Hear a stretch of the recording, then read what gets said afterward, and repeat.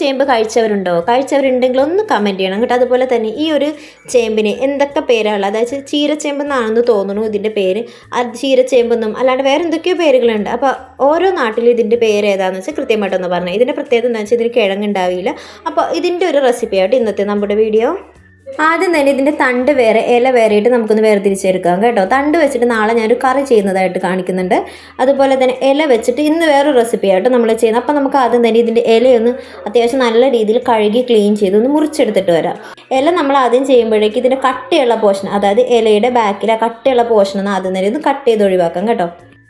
ഇനിയിപ്പോൾ നമുക്കതിൻ്റെ ഇലയായിട്ട് വരുന്ന പോർഷൻ അത്യാവശ്യം നല്ല രീതിയിലൊന്ന് കഴുകിയിട്ട് നമ്മൾ ഈ തോരനൊക്കെ അരിയില്ലേ അതേപോലെ വളരെ നേരിയതാക്കി നമുക്കിതൊന്ന് അത്യാവശ്യം നല്ല രീതിയിലൊന്ന് അരിഞ്ഞെടുത്തിട്ട് വരാം.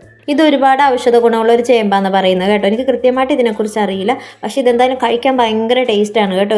ഇത് നമ്മുടെ വീട്ടിൽ ഉണ്ടായത് കൊണ്ടായിരിക്കും നമ്മൾ അത്ര വലിയ കാര്യമൊന്നും ആക്കിയിട്ടുണ്ടായിരുന്നില്ല. പിന്നെ കഴിഞ്ഞ ദിവസം ഞാനൊരു പത്തില തോരൻ്റെ വീഡിയോ ചെയ്തപ്പോഴേക്കും അതിൽ ഒരുപാട് പേര് കമൻറ്റ് ചെയ്തിട്ട് അങ്ങനെയാണ് ഞാൻ ഇതെടുത്ത് തോരൻ ഞങ്ങൾ ഇതിനു മുന്നേ വെച്ചിട്ടുണ്ട്. പക്ഷേ ഇപ്പോൾ ചെയ്യുന്ന റെസിപ്പി ആദ്യമായിട്ടാണ് ഇപ്പോൾ ഞാൻ ചെയ്യാൻ പോകുന്നത്. ചേമ്പലയും മുട്ടയും കൂടിയിട്ടുള്ള തോരനാട്ടോ. അത് ആ കമൻറ്റിൽ വന്നതുകൊണ്ടാട്ടോ ഞാനത് അങ്ങനെ ചെയ്യുന്നതും. അതിനായിട്ട് ഞാനൊരു ചെറിയ സവാളയും 2 പച്ചമുളകും ഒരു തണ്ട് കറിവേപ്പില 2 ചെറിയ വെളുത്തുള്ളിയായിട്ട് എടുത്തിരിക്കുന്നത്. ഇതൊക്കെ സ്ലൈസായിട്ട് അരിഞ്ഞെടുത്തിട്ടുണ്ട്. സവാളയ്ക്ക് പകരം നമുക്ക് വേണമെങ്കിൽ ചെറിയ ഉള്ളി എടുക്കാം കേട്ടോ. ഇനിയിപ്പോൾ ചൂടായ ചട്ടിയിലേക്ക് ഞാൻ വെളിച്ചെണ്ണ ഒഴിച്ചിട്ട് സവാള പച്ചമുളക് വെളുത്തുള്ളിയും കൂടി ഒന്ന് വഴറ്റി എടുക്കുന്നുണ്ട്. ഇവിടെ അത്യാവശ്യം നല്ല രീതിയിൽ വഴണ്ട് കഴിയുമ്പോഴേക്കും ഇതിലേക്ക് ഞാൻ അല്പം മഞ്ഞൾപ്പൊടി ചേർത്ത് കൊടുക്കുന്നുണ്ട്. എരിവിനായിട്ട് ഞാൻ ഇതിലേക്ക് പച്ചമുളക് ആട്ടോ ചേർത്ത്. പച്ചമുളക് വേണമെങ്കിൽ കൂടുതൽ ചേർത്ത് കൊടുക്കാം. ഞാൻ 2 പച്ചമുളകാണ് ചേർത്ത് കൊടുത്തിരിക്കുന്നത്. എക്സ്ട്രാ നമ്മൾ മുളക് പൊടിയും കാര്യങ്ങളൊന്നും ആഡ് ചെയ്യുന്നില്ല. ഇനിയിപ്പോൾ നമ്മൾ ഇതിലേക്ക് നേരത്തെ അരിഞ്ഞ് വെച്ചിരിക്കുന്ന ചേമ്പിൻ്റെ ഇലയും കൂടി ചേർത്ത് കൊടുത്തിട്ട് ഒന്ന് മൂടി വെച്ചിട്ട് നമുക്കിതൊന്ന് വേവിച്ചെടുക്കാം. ഒരു 3/4 ഭാഗം വേവിച്ചോ, ഒത്തിരി വെന്ത് പോകരുത്.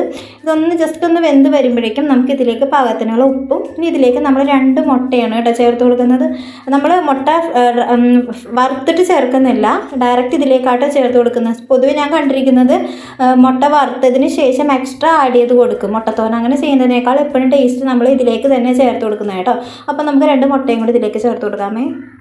മുട്ട ചേർക്കുന്നതിന് മുമ്പായിട്ട് ഞാൻ ആ ചേമ്പലെല്ലാം കൂടി ഒരു സൈഡിലേക്ക് മാറ്റിയിട്ട് നടുക്ക് അല്പം വെളിച്ചെണ്ണ ഒഴിച്ചെടുക്കുന്നുണ്ട്. അല്ലെങ്കിൽ പെട്ടെന്ന് മുട്ട അടിയിൽ പിടിക്കാനുള്ള സാധ്യത കൂടുതലാണ്. അപ്പോൾ വെളിച്ചെണ്ണ ഒഴിച്ചിട്ട് ഞാൻ അതൊന്ന് സ്പ്രെഡ് ചെയ്തതിന് ശേഷമാണ് അതിൻ്റെ സെൻറ്ററിലോട്ട് ഞാൻ 2 മുട്ടയും കൂടി പൊട്ടിച്ച് ചേർത്തിട്ട് അതൊന്ന് ചിക്കി മുട്ട എല്ലാം മിക്സ് ചെയ്തതിന് ശേഷമാണ് ഞാൻ ചേമ്പലെല്ലാം കൂടിയിട്ട് ഒന്നും കൂടി ഒന്ന് മിക്സ് ചെയ്തെടുക്കുന്നത് കേട്ടോ.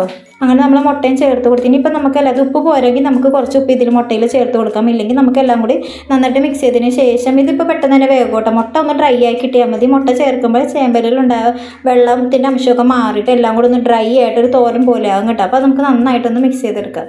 ഇതാ നമ്മുടെ ചേമ്പല തോരൻ ഇവിടെ റെഡി ആയിട്ടുണ്ട്. ഇനിയിപ്പോൾ അടുത്ത ദിവസം എൻ്റെ പുതിയൊരു വീഡിയോയുമായി വീണ്ടും കാണാം.